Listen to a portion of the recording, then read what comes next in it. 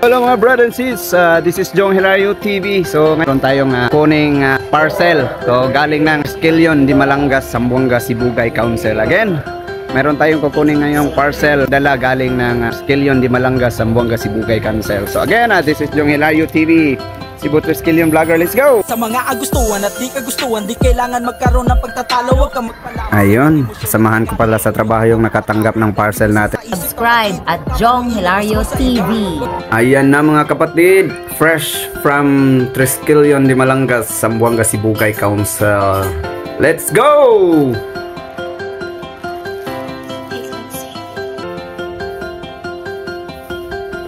Ito na mga kapatid, hawak na natin. Ito po ay galing ng Triskelion, Dimalangas. Again, thank you so much mga brother. Shoutout pala sa kanilang Grand Triskelion, Brother Earl Louis Omboy. Isa pong trilig yung kanilang Grand Triskelion. And also I would like to shout out Sir Tol Byron Gusel. Isa pong Triskelion alumni ng Triskelion, Dimalangas. Ayan, napakaganda po mga kapatid. Yan po yung logo ng Triskelion, Dimalangas. Yan po yung harapan. Ayan, napakaganda po. Siyempre, andyan po yung pangalan natin, Jong Hilario TV, Cebu Triskelion Vlogger.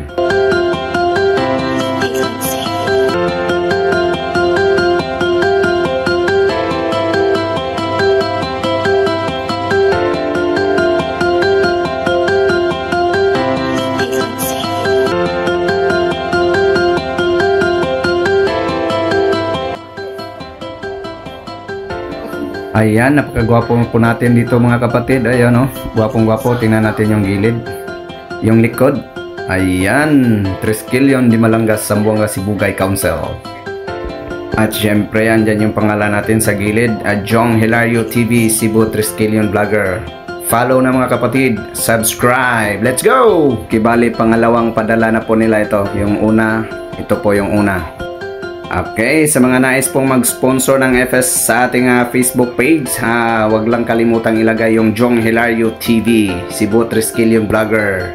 Siyempre, para naman ma-promote din natin yung chapter ninyo at council. So again, this is Jong Hilario TV, Cebu Triskelion Vlogger. Let's go!